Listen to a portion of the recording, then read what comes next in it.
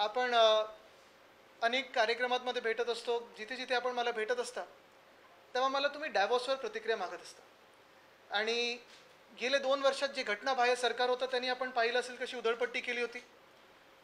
जे घटनाबाह्य मुख्यमंत्री होते ते 28 तासात 40 कोटी कसे उडवले, मग दुसऱ्या दौऱ्यात त्यांनी 40 अजून अधिकाऱ्यांना नेलं, जणू काही त्यावेळीच्या खर्चाबद्दल त्यांना लाज वाटत नव्हती। आणि काल पण त्यांनी आपण पाहिलं असेल मागच्या वर्षी देखील असंच एक मोठं डेलिगेशन नेलं होतं। एक फरक आणि एक आनंदाची गोष्ट आहे की ह्यावेळी तसं काही पसारा नेला नाहीये किंवा जास्तीत जास्त काही उधळपट्टी करायची नाही करायची ह्याच्यात मी जाणार नाही, कारण त्याच्यावर अजून थोडा आम्ही अभ्यास करत आहोत।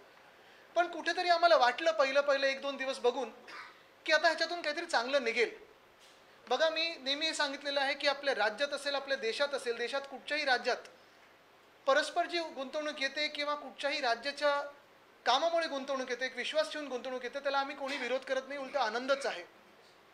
आणि आत्ता गेले 2-3 दिवस मुख्यमंत्र्यांचं ट्विटर हँडल पाहिल्यानंतर असं वाटायला लागलं की आता एवढी गुंतवणूक आलेली आहे की जुनी पेन्शन योजना असेल ही लगेच लागू होईल, लाडकी बहीणची 2100 काय तुम्ही अजून 1-2 शून्य लावून पण लगेच लागू करू शकता। त्याचसोबत एसटीची जी भाडेवाढ झालेली आहे ती आत्ता रद्द होणं गरजेचं आहे, ती पण ह्या एवढ्या सगळ्या गुंतवणुकीनंतर रद्द होईल आम्हाला खात्री पटलेली आहे। एसटीची जे विलिनीकरण पाहिजे होतं ते होईल, कर्जमाफी आत्ता होईल, कारण एवढी ऐतिहासिक गुंतवणूक आणलेली आहे। हे काय लगेच आता ट्रान्सलेट होईल नाही होईल तर हे मुख्यमंत्र्यांनी सांगावं, कारण असंच 6 वर्षापूर्वी पण त्यांनी 16.5 लाख कोटी जाहीर केले होते महाराष्ट्रासाठी, आपल्याला आठवत असेल 2018 साली। त्याचंही पुढे काय झालं ह्याचं अजून उत्तर आलं नाही, तरी देखील आम्ही याच्यावर शंका उपस्थित करणार नाही। पण 1-2 गोष्टी आपल्या माध्यमातून लोकांसमोर नक्कीच आणू आम्ही। एक, जे जाहीर झालेले आणि आत्तापर्यंत आमच्या हातात आलेले, जे लोकांच्या हातात आलेले माहिती आलेली आहे त्याच्यातून एकूण 54 हे असे करार त्यांनी ह्या कंपन्यांबरोबर केलेले आहेत। 54 करार केलेले आहेत, MOUs, memorandum of understanding. MOU म्हणजे नक्की काय असतं, तर आम्ही कधीतरी पुढच्या काळामध्ये गुंतवणूक करू असं प्राथमिक त्यांना एक मान्यता असते। त्यातून विदेशी कंपन्या आहेत 11, चांगल्या आनंदाची गोष्ट आहे। त्या 54 मधून भारतीय कंपन्या ह्या 43 आहेत आणि त्याच्यातूनच त्या 43 मधून 31 कंपन्या या महाराष्ट्रामधल्या आहेत। म्हणजे सांगण्याचा मुद्दा हा आहे, जे आपण पण अनेक लोकांनी ट्विट केलेलं आहे, सोशल मीडियावर टाकलेलं आहे, बातम्यांमध्ये आलेलं आहे। जसं काल परवाकडे पण मी ट्विट केलं होतं की एवढ्या जर महाराष्ट्रातल्या कंपन्या असतील, एवढ्या जर भारतीय कंपन्या असतील, तर मग गेले 2 वर्ष मॅग्नेटिक महाराष्ट्र किंवा आत्ता सरकार आल्या मॅग्नेटिक महाराष्ट्र घेऊन इथेच तो कार्यक्रम का नाही केला? कारण थोडं डॅव्हॉसकडे आपला बघण्याचा दृष्टिकोन थोडा बदलणं गरजेचं आहे। मी देखील डॅव्हॉसला जाऊन आलेलो आहे, माझ्यासोबत तेव्हा सुभाष देसाई साहेब होते, नितीन राऊत साहेब होते, ते उद्योग मंत्री आणि ऊर्जा मंत्री, आम्ही अशी तिघं गेलेलो। आणि तिथे गेल्यानंतर आम्ही पण असेच करार केले, आम्ही पण इन्व्हेस्टमेंट आणली महाराष्ट्रामध्ये, काही विदेशी कंपन्या होत्या, काही भारतीय कंपन्या होत्या। पण त्याच सोबत तिकडे डॅव्हॉसमध्ये जे जगभरातून लोक येतात, महिला पुरुष दोन्ही, मग त्याच्यात कोण उद्योजक असतं, कोणी राजकीय मंडळी असते, कोणी विरोधी पक्षातलं असतं, कोणी सत्ताधारी पक्षातलं असतं, कोणी सायंटिस्ट असतं, वेगळ्या वेगळ्या देशांमधून वेगळ्या वेगळ्या पूर्ण सेक्टर्समधून लोक येतात आणि जे उत्तम सर्वोत्तम काम करतात त्यांना तिथे भेटायची संधी असते।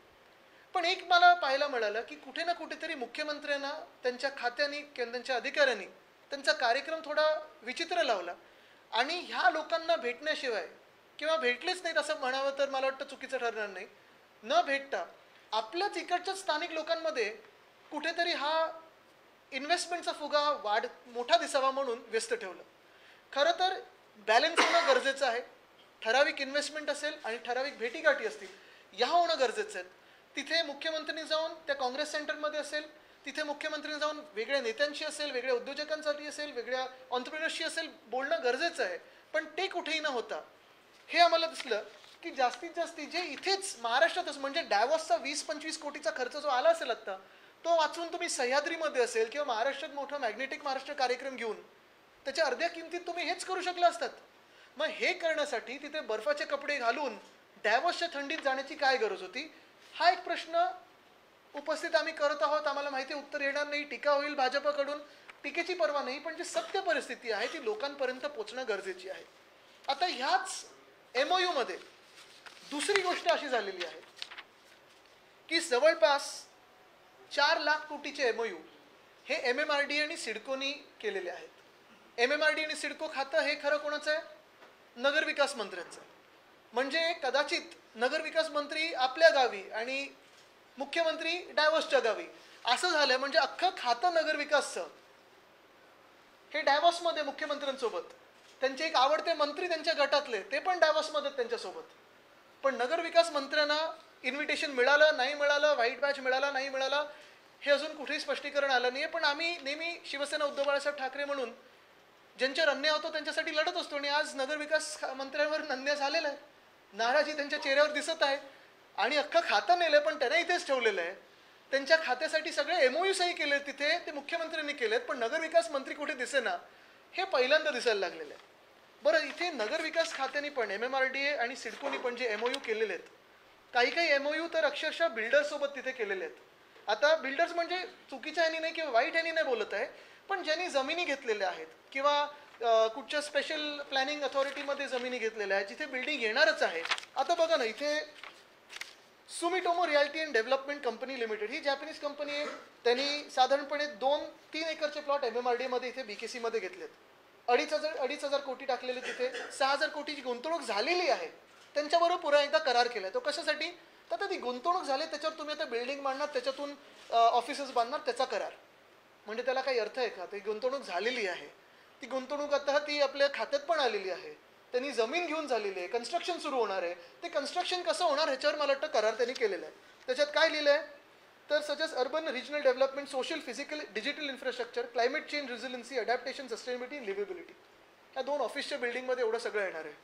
तसंच त्यांनी वरळीमध्ये देखील बॉम्बे डाईंग मिलचं 4,500 कोटी देऊन तिथे खर्च करून जागा घेतलेली आहे. तिथे पण बिल्डिंग येणार आहे. त्याचा करार झालेला आहे. दुसरं, हिरानंदानी ग्रुप. आपल्याला माहिती आहे की रिअल इस्टेटचा ग्रुप आहे, बिल्डरचा ग्रुप आहे. त्यांच्यासोबत त्यांनी काय करार केला आहे? Metro project, roads, bridges, urban infrastructure, real estate, transit oriented development, land value capture. Basically त्यांनी कुठे केलं आहे? तर KSC New Town special planning authority, special planning एरियामध्ये त्यांनी हा करार केला. म्हणजे त्यांना अधिकचा FSI दिला असेल, TDR दिलं असेल, काही सवलती दिल्या असतील. पण जिथे बिल्डर बिल्डिंग बांधणारच आहे, टाउनशिप बांधणारच आहे, त्याच्यात अजून तुम्ही काय करार करू शकता? पण तोही देखील करार केलेला आहे, मोठा करार केला आहे $6 बिलियन. हां, ह्याच्यात काय करणार? तर टाउनशिप येणार आहे, डेटा सेंटर ते करतच आहेत, तिथे बांधतच आहेत. आता परत कुठचं तुम्ही करार करताय? तिसरं केलं त्यांनी K-Raheja ग्रुप. परत बिल्डरचा एक ग्रुप आहे, रिअल एस्टेटचा ग्रुप आहे. त्यांच्याबरोबर पण this areas will support development in residential, commercial, mix use project, logistic park, data centre, global capability centre alongside enhancing physical, digital, social infrastructure.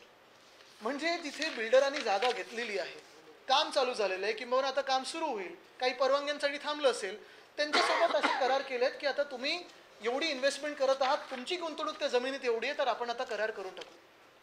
मला असं कदाचित कळलेलं आहे थोडं काही लोकांकडून सरकारमधल्या, की पुढच्या वेळी जे SRA वाले आहेत त्यांना पण घेऊन जाणार आहेत करार करण्यासाठी.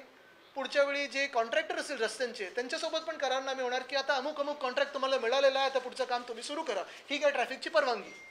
पण हे असे काही काही हास्यास्पद करार केलेत. अजून एक तुम्हाला करार दाखवतो. म्हणजे आता हे ब्लॅकस्टोन वगैरे तर आलेच आहेत. हां, आता एक करार असा केला त्यांनी MMRDAने की providing automated storage and retrieval system for car parking spaces in MMR. म्हणजे काय? तर ऑटोमॅटिक जे ते कार पार्किंगचं असतं ना, कदाचित अंडरग्राऊंड असेल किंवा ते ओव्हरग्राऊंड असेल. पण हा करार केला त्यांनी ह्या कंपनीबरोबर, सोटेफिन भारत प्रायव्हेट लिमिटेड. मूळ गोष्ट अशी आहे, मुळात असं आहे की तुम्हाला हे करार करायच्या ऐवजी टेंडर काढणं गरजेचं होतं. जो कोणी टेंडर जिंकेल त्याच्याबरोबर करार करा ना तुम्ही तिथे जाऊन. टेंडर काढायच्या आधीच, जागा लोकेट व्हायच्या आधीच तुम्ही करार करून टाकलेला आहे. म्हणजे असं ठरवलं आहे का की हे टेंडर बिना त्यांना काम देणार आहात. पण ह्यांच्यावर किती ह्याचं केलं आहे? USD 1 billion. आता मोजा किती होतात. म्हणजे हे असे करार काही काही केलेले आहेत ज्याच्यात ब्रुकफिल्ड आहे, ब्लॅकस्टोन आहे, टेमासेक आहे, सुमिटोमो आहे, हिरानंदानी आहे, K-Raheja, एव्हरस्टोन, सोटेफिन भारत, वेल्सबन, बुकमॅशो बरोबर 1,500 कोटीचा केलेला आहे, पंचशील रियालिटी. हे सगळे बिल्डर्स बरोबर किंवा कॉन्ट्रॅक्टर्स बरोबर जे हे करार झालेले आहेत, चांगले आनंदाची गोष्ट आहे. गुंतवणूक आलीच पाहिजे आणि अभिनंदन करतो गुंतवणूक येते त्याचं. पण खरी गोष्ट ही आहे की तुम्ही करार केला असता किंवा नसता केला डायव्हर्समध्ये, दुसऱ्या भेटी जरी केल्या असत्या तरी ही गुंतवणूक आलीच असती. तर ह्याच्यात लोकांना फसवण्यासारखं काय? आणि सगळ्यात धक्कादायक गोष्ट ह्याच्यात तिसरी जी आम्हाला जाणवली, जसं मी सांगितलं ना की हे करार काही काही अर्थात खरोखर चांगले आहेत, काही काही कदाचित आपण असं म्हणू शकतो की अरे हे तर होणारच होतं, आता करार करण्याची काय गरज होती, ह्याच्याशिवाय तुम्ही ह्याच्यापेक्षा दुसरीकडे जाऊन भेटीगाठी करू शकलं असतात. दुसरं म्हणजे नगरविकास खातं तिथे पूर्ण असताना नगरविकास मंत्र्यांना नेलं नाही, ते रुसून गेले गावी, हे पण आपल्याला कळलं. पण तिसरी गोष्ट आणि सगळ्यात धक्कादायक गोष्ट आणि सगळ्यात मोठी गोष्ट म्हणजे जे उद्योग मंत्री आहेत ते स्वतः, तुम्ही आता मुख्यमंत्र्यांचं पूर्ण ट्विटर टाईमलाईन बघा, त्याच्यात पहिला दिवस सोडला तर दिसतात का तुम्हाला? पहिल्या दिवशी पण उद्योग मंत्री, मुख्यमंत्री तिथे असताना, खरं आहे प्रोटोकॉलचं त्यांनी ब्रीच केलेलं आहे. प्रोटोकॉलमध्ये असतं की मंत्र्यांनी मुख्यमंत्र्यांच्या आधी पोचायला पाहिजे. मुख्यमंत्री तिथे हजर असताना उद्योग मंत्री गैरहजर राहिले. उद्योग मंत्री पवेलियनच्या इनॉग्रेशनसाठी लेट पोचले, ज्याच्यावर 20-1 कोटी खर्च झाला असेल. सगळ्या इकडच्याच कंपन्या नेऊन तिथे त्यांनी, म्हणजे असं झालंय ना, मध्ये ट्विट बघितलं मी की तिकडे जाऊन हे करार करणं म्हणजे परदेशी जाऊन एका रेस्टॉरंटमध्ये जायचं आणि घरून डबा न्यायचा आणि तिकडे आपल्या घरचं जेवायचं, असं ते झालं. पण उद्योग मंत्री पहिल्या दिवशी ते इनॉग्रेशन झाल्यानंतर उशिरा पोचले. त्यांनी का नाही त्यांची विमानाची वेळ जुळवली किंवा प्रवासाची वेळ जुळवली, मुख्यमंत्र्यांसोबत का नाही गेले? दुसऱ्या दिवसानंतर मला असं कळण्यात आलं की ते पुन्हा एकदा भारताकडे परत आले. म्हणजे एकच दिवस उद्योग मंत्री उशिरा पोचले, तो दिवस काढला, नंतर कुठेतरी मला वाटतं गायब झाले, शॉपिंग विपिंगला गेले असतील. पण ते झाल्यानंतर दुसऱ्या दिवशी त्यांना आपल्या देशात परत बोलवलं गेलं किंवा परत आले. आता हे कशासाठी होतं? हे ह्यासाठी होतं का की मिंदे नाराज झाले आणि त्यांना बोलवलं? मिंदेंची समज काढण्यासाठी त्यांना परत पाठवलं, बघा तुम्ही नाही तर हे पण नाही? कारण तसं पाहायला गेलं तर 7 अधिकारी होते तिथे. 7 अधिकाऱ्यांची गरज नाही. मुख्यमंत्री असताना 2-3 महत्त्वाचे अधिकारी, चला मी समजू शकतो 7च्या 7 द्या, पण नगरविकास मंत्री नाही, ठीक आहे. पण उद्योग मंत्री तर असायला पाहिजे. डॅव्होसच्या समिटमध्ये जर तुम्ही उद्योग मंत्र्यांना 4 दिवस काढू नाही शकत उद्योग मंत्री आणि तिथे बसू नाही शकत एका ठिकाणी, तर मग कामं पुढची कशी होणार? कशात व्यस्त होते? का उशिरा पोचले? कोणासोबत गेले होते? का उशिरा आले? का लवकर मुंबईला आले? ह्याची उत्तरं मिळाली पाहिजेत. काय मिंदे नाराज होते म्हणून त्यांना परत पाठवलं गेलं, की त्यांचं कामच संपलं तिथे म्हणून त्यांना परत पाठवलं गेलं, की काही अजून गडबड झाली म्हणून त्यांना परत पाठवलं गेलं? का उद्योग मंत्री 4च्या 4 दिवस एका ठिकाणी बसून, जसं मुख्यमंत्री बसतात आणि करतात, मुख्यमंत्री सगळं सोडून जर तिथे जात असतील आणि कामही करत असतील, तर उद्योग मंत्र्यांचा अजून काय कार्यक्रम होता जेणेकरून त्यांना तिथे बसता आलं नाही? ह्याचं उत्तर मिळालं पाहिजे. त्याच्यात तुम्हाला पण काही प्रश्न असतील तर विचारू शकता. आदित्य जी, आपको बेहद दुख हो रहा है कि नगर विकास मंत्री जा नहीं पाए, आप पीड़ा व्यक्त कर रहे हैं उनके बिहाफ पर, क्यों आप? जी, मैं तो थोड़ी पीड़ा व्यक्त कर रहा हूँ, वो तो गांव जाके बैठे हुए थे. वो दुख व्यक्त करने में तो काफ़ी माहिर है, लेकिन एक ही बात है कि ये सारे जो 4 लाख करोड़ के MOUs जो साइन हुए हैं, MMRD और सिडको ने जो किए हैं, इनमें काफ़ी सारे बिल्डर्स हैं, काफ़ी सारे कॉन्ट्रैक्टर हैं, बड़ी कंपनियां भी हैं, इन्वेस्टमेंट कंपनियां भी हैं, लेकिन सारे के सारे जो MOUs साइन हुए हैं वो ऐसे MOUs हैं, अगर MOUs होते भी या ना होते भी, कमर्शियल काम तो शुरू ही हो गए, तो उसमें MOU का नाटक करने की क्या ज़रूरत थी? वैसे भी वो इन्वेस्टमेंट आ ही गई है.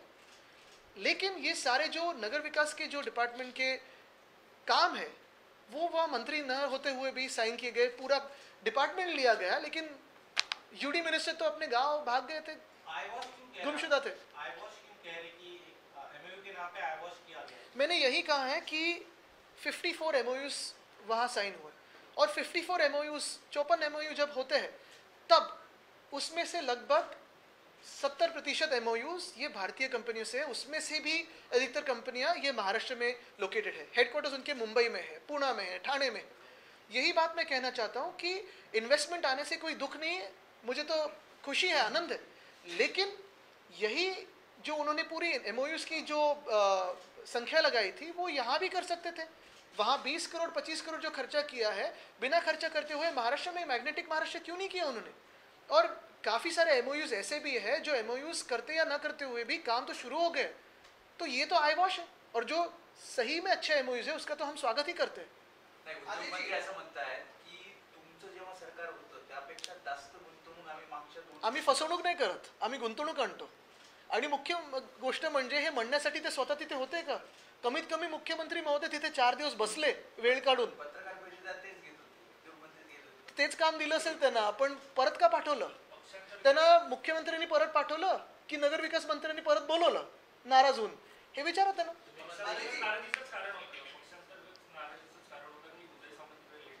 आता काय काय असं होऊ शकतं, कारण कोणीतरी गावी गेलं होतं, मग कोणाची समजूत काढायला परत पाठवलं असेल.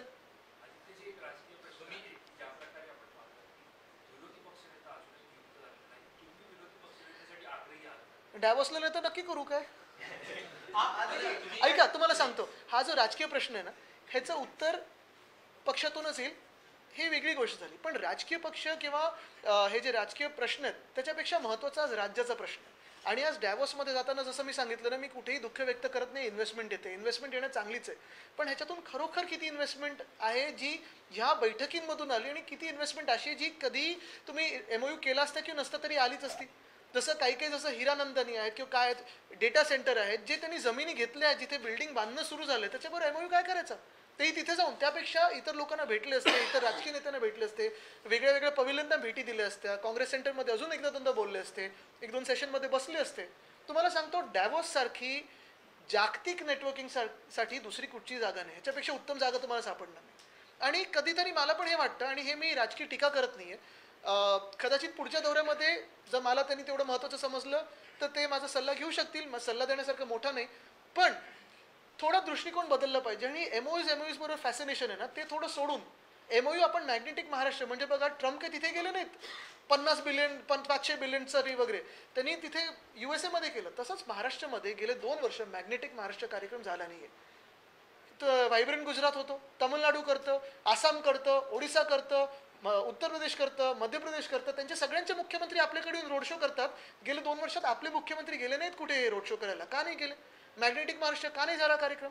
माझं म्हणणं एवढंच आहे की हे सगळे MOUs तुम्ही इथे पण करू शकले असतात. तिथे जाऊन थोडं जगाशी आपण ओपन बोलायला पाहिजे, भेटायला पाहिजे, चर्चा करायला पाहिजे, संवाद करायला पाहिजे. जाण्याची शक्यता आहे का? आताच तुम्ही बोललात की पुढच्या वेळी तुम्ही सरकारमध्ये काही अदली बदल करताय का? मध्ये पॉज पण घेतला. नाही, मी त्यांना सांगत होतो की दृष्टिकोन कसा बदलला पाहिजे, म्हणजे डॅवॉसकडे बघण्याचा, त्यांच्या मित्र पक्षांकडे नाही. नगरविकास खात्याच्या मंत्र्यांकडे घेऊन गेले नाही, पण अधिकाऱ्यांना घेऊन गेले होते. अन्याय होतो त्यांच्यावर, त्याच्यासाठी शिवसेना होतं, बाळासाहेब ठाकरे पक्ष लढतो. तुमचं असं म्हणणं आहे का की त्यांच्या दुःखात आम्ही सहभागी व्हावं? आपने उदय सामंत का जिक्र किया, लेकिन अब वो पलट कर कह रहे कि आपके पार्टी के विधायक जो है, कांग्रेस विधायक, वो जल्द से जल्द सीधे सेना में शामिल होने वाले। देखिए, यही बात है, वो अलट कर कहे, पलट कर कहे, कैसे भी कहे, लेकिन बात यही है ना कि वो इतने इसमें व्यस्त है गंदी राजनीति में कि उनको जनता की सेवा करने का सोच भी उनके मन में नहीं आती. अगर मुख्यमंत्री महोदय खुद समय निकालकर डैवोस में बैठ सकते हैं, इतने MOUs के लिए बैठ सकते हैं, तो फिर उद्योग मंत्री नहीं बैठ सकते? वो तो उनके ही मंत्रिमंडल के एक हिस्सा है ना. तो आप राजनीति करिए, तोड़िए फोड़िए, सब कीजिए, लेकिन वहां बैठने के बाद जो काम की, जिस काम की शपथ आपने ली है, वो तो पूरे काम कीजिए. एक नाही, असं होऊ नये ही अशी माझी इच्छा आहे, आणि म्हणून आज मी ही पत्रकार परिषद घेत आहे. आणि मी हे पण सांगतो की पुढच्या वेळीपासून थोडा आपल्या राज्याने किंवा आपल्या राज्याच्या अधिकाऱ्यांनी प्रयत्न केला पाहिजे की जे जगातले वेगवेगळे नेते असतील, उद्योगपती असतील, सोशल एंटरप्रेन्योर्स असतील, ह्यांची पण भेट घ्यावी. जे आम्ही प्रयत्न केला होता, आम्ही पुरेपूर प्रयत्न केला होता, तसं सेशनमध्ये काही बसलो. गरज नाही की प्रत्येक वेळी आपण बोलायला पाहिजे, दुसरे कोण बोलत असतात आपण ऐकून घेतलं पाहिजे. चांगलं काही शिकायला मिळतं. नुसतं MOUs म्हणजे काही डायव्हर्स नाही आहे, हे वेगळं फॅसिनेशन कधी नव्हतं.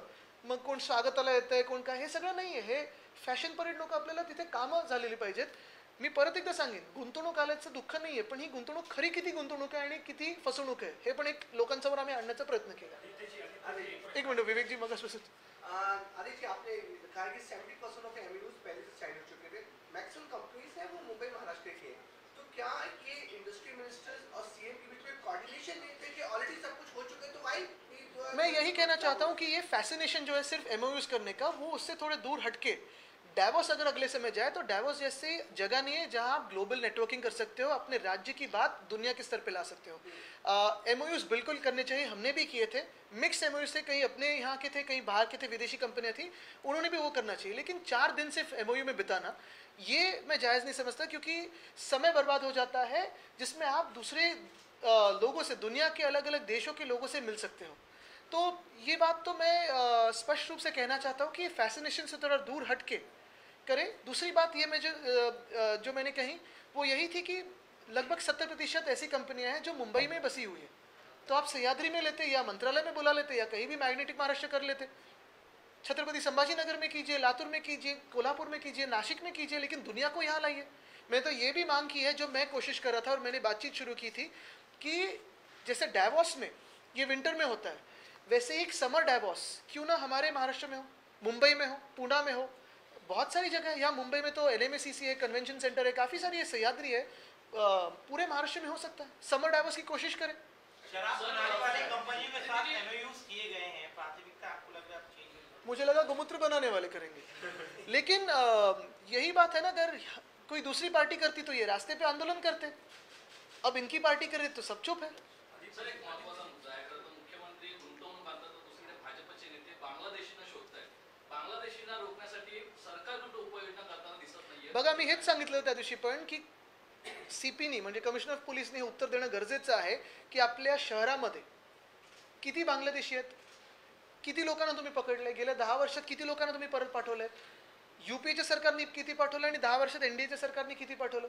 बरं, ही पूर्ण जबाबदारी बॉर्डरची जी असते ती केंद्र सरकारची असते. म्हणजे जे कोणी भाजपमधून असतील किंवा जे मोर्चे काढतात त्यांचं म्हणणं एकच आहे की हे भाजपाच्या केंद्र सरकारचं अपयश आहे बांगलादेशांना रोखण्यामध्ये.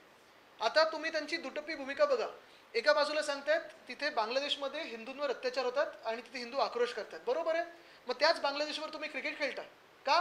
कारण तुमच्या गृहमंत्र्यांचा मुलगा तिथे अध्यक्ष आहे किंवा BCCI मध्ये. त्याच बांगलादेशला तुम्ही कितीतरी 1000 टननी भात पोचवलाय, तांदूळ दिला तिथे तुम्ही. त्याच बांगलादेशला जिथे हिंदूंवर अत्याचार होतो, आता डिसेंबर जानेवारीमध्ये तांदूळ दिलाय. कशासाठी दिलाय? बरं, त्याच बांगलादेशी लोकांना तुम्ही पकडण्यात अपयशी ठरलात, पण इथे तुम्हाला दंगली घडवायच्या आहेत निवडणुका जिंकण्यासाठी. म्हणजे तुम्ही हिंदूंचा वापर फक्त आणि फक्त निवडणुकीसाठी करता आणि स्वार्थासाठी करता भाजप म्हणून, हे लोकांना कळलेलं आहे. आदित्य जी, ग्रामीण महाराष्ट्र की लाइफलाइन कहे जाने वाले लाल परी की किराए में बढ़ोतरी की गई है, क्या महाविकास आघाड़ी से खिलाफ आंदोलन करेंगे? मुझे लगता है कि आज जो जितनी इन्वेस्टमेंट आई है उसकी वजह से वो भी रेट नीचे जाने चाहिए. लेकिन ये तो बात है ना, ST की जो हमने कहा था, जो आंदोलन हो रहा था, कितने सारे आंदोलन हो रहे थे. अभी हम इंतजार करेंगे कि कैसे उसको आगे लेके जाना है. लेकिन आज जो मैं बात करना चाहता हूँ वो डायवर्स की है. दौऱ्यावरती तुम्ही आता म्हणाला की तुम्ही सुद्धा दौरा केला होता, तुम्ही सुद्धा गुंतवणूक आणली होती, त्यावेळेला विरोधकांनी तुमच्यावर टीका केली. आता तुमचे विरोधकांनी डायव्हर्स दौरा त्यांनी गुंतवणूक आणली, तुम्ही टीका केली. आता तुम्ही एक बघा, विश्वासार्थी डायव्हर्स दौरा कोणता असतो? आता तुम्ही बघा, मी एकच सांगेन तुम्हाला, ज्या प्रकारे प्रत्येकांची पत्रकार परिषद आणि जो विषय आम्ही हाती घेतो, कागदपत्र आणि त्याचं ॲनालिसिस करून देतो, तसं त्यांनी केलंय का? इलेक्ट्रिक बसेस ज्या आम्ही आणल्या, काय काय आरोप लावलेले त्यावेळी, उद्घाटन कोणी केलं? गडकरी साहेबांनी केलं सरकार पडल्यानंतर, त्याच बसेसवर.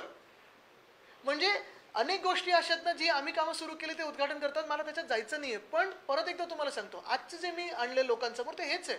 गुंतवणूक येण्याचा आनंद आहे, पण ही काही गुंतवणूक काही खरी आहे, काही फसवणूक आहे.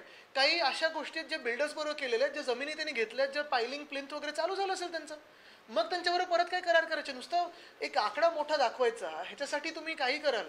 त्यापेक्षा मी एवढंच सांगतोय, टीका करत नाहीये, सल्ला पण देत नाहीये, पण सांगतोय एक मुंबईकर म्हणून, एक महाराष्ट्रातला नागरिक म्हणून, की पुढच्या वेळी जेव्हा तुम्ही जाल तेव्हा एकतर उद्योगमंत्री जे कोणी असतील, आता त्यावेळेचे मला माहीत नाही, त्यांना जे कोणी असतील सोबत, त्यांना 4च्या 4 दिवस तिथे बसवा, सोबत घेऊन फिरा आणि त्यांना सांगा की इथे काम करायला आलोय, फॅशन परेड करायला आलो नाही. एका दिवसात पळून काय जाता तुम्ही? आपली सत्ता असताना संजय राठोड यांचा राजीनामा आपण घेतला होता, त्यांच्यावर आरोप झाले होते. मात्र आता अशी माहिती येते की त्याच संजय राठोडांना आता क्लीन चिट भेटते. आता आपण पहा ना, अजून जे म्हणजे आता आज बीड आक्रोश करत आहे, परभणी आक्रोश करत आहे, त्याला पण उत्तर देण्याची गरजच नाही आहे भाजपला. कारण भाजपला वाटतंय की कोणी किती रस्त्यावर आंदोलन केलं, कुठच्याही समाजाने केलं, कुठच्याही धर्माने केलं, कुठच्याही नागरिकांनी केलं, कुठचंही लेबल न लावता, तरी आमचं EVMने बहुमत मिळालं आम्हाला, काय फरक पडतं, असं भाजपचं मनस्थिती आहे. Sorry, Can you repeat this in English? You're saying. One minute, I'll just come, एक करके देता हूँ, I'll come back here. Aditya, BJP की नेता नीतीश रानी जो मंत्री थे सरकार में, उन्होंने सवाल खड़े किए पूरे सैफ अली खान के सिनेरियो पे, क्वेश्चन मार्क खड़े कर दिए.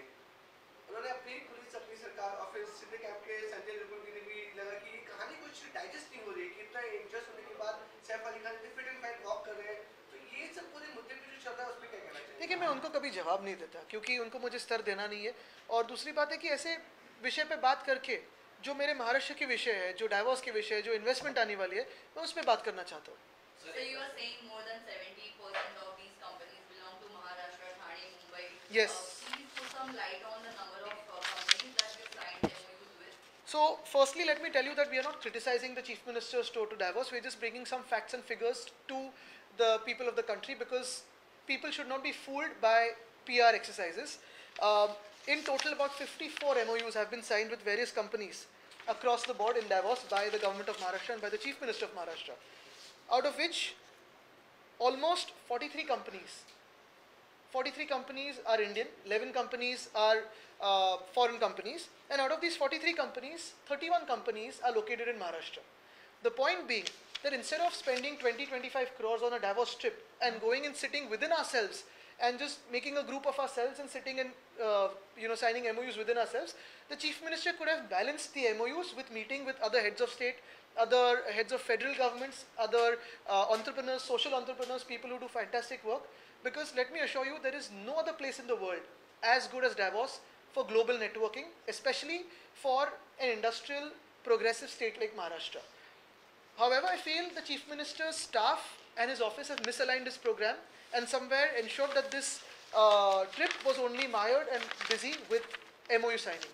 Out of the MOU signing, MMRD and CIDCO have signed MOUs worth 4 lakh crores.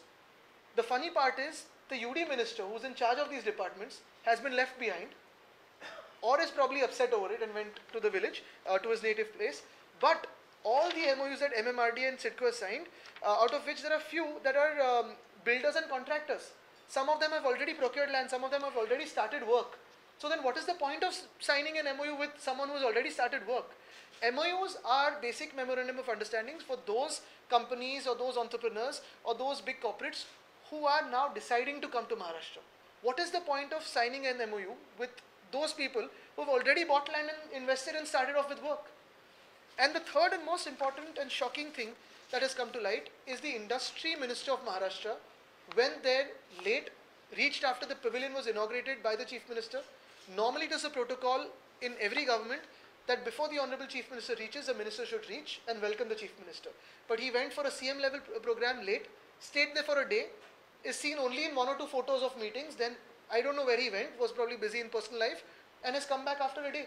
So who will feel the expenses? Why should we as taxpayers pay for the expenses of this one-day trip of the Industries Minister to go and enjoy the Davos snow? एका दिवसाच्या ह्या खर्चासाठी कोण जबाबदार आहे? आपण टॅक्सपेयर म्हणून उद्योग मंत्र्याचा खर्च द्यायचा का? त्यांनी बर्फ एन्जॉय करून आले, त्यांनी कुठचं जॅकेट, कुठचं मफलर बिफलर घालून आले, पण खर्च कोण करणार? ते देणार आहेत की राज्य सरकार देणार आहे? कारण नाही तर त्यांचा उपयोगच नव्हता डायव्हर्समध्ये. हायकोर्टाने असा निर्णय दिलाय की जे भोगे येतात त्यांचं ध्वनी प्रदूषण जर उल्लंघन होत असेल तर त्यांच्यावरती कारवाई करा, पहिलं समज द्या, नंतर मग दंडात्मक कारवाई, नंतर मग ते जप्त करा. आपल्या पक्षाची काय भूमिका? मला वाटतं हायकोर्टाचा ऑर्डर आहे. आपण पाहत असाल गेले 2 वर्ष पण सरकार ह्यांचंच आहे ना, अंमलबजावणी झाली आहे का? प्रश्न ह्या सरकारला विचारला पाहिजे. पहिलं त्यांची काय भूमिका विचारा ना. कालच्या मेळाव्याला राजन साळवी उपस्थित नव्हते, अशी देखील चर्चा आहे की रत्नागिरीतून माजी आमदार आणि काही पदाधिकारी हे पक्षप्रवेश. बघा, काही तुम्हाला सांगू, काही जसं आम्ही काल पण बोललो की जागा जिथे आम्ही निवडली होती रेल्वे स्टेशनचं थोडी लांब होती, पोचायला उशीर झाला, काही लोक खरोखर ट्रॅफिकमध्ये होते, काही भलतीकडेच पोचले होते, कारण ही जागा जरा वेगळी होती. जे कोणी आमच्यासोबत ह्या महाराष्ट्रासाठी लढत आहेत, ह्या मातीसाठी लढत आहेत, महाराष्ट्राच्या मातेसाठी लढत आहेत, पूर्ण आपण पाहतो नागरिकांसाठी लढत आहेत, ते आमच्यासोबत आहेत. बाकी ज्यांना जायचं ज्यांना यायचं आम्ही कोणालाच थांबवलं नाही आहे. आम्ही एवढंच सांगतोय की महाराष्ट्राशी गद्दारी करू नका. आज जसं तुम्ही काल पाहिलं असेल, अदानी आता मदर डेअरीच्या तिथे जमीन खायला निघालेत, धारावी खायला निघालेत. महाराष्ट्र अदानीच्या हाती द्यायचं असेल तर जरूर ज्यांनी गद्दारी करायची त्यांनी करावी, पण त्यांचं उत्तर त्यांनी महाराष्ट्राला देणं गरजेचं आहे. धन्यवाद.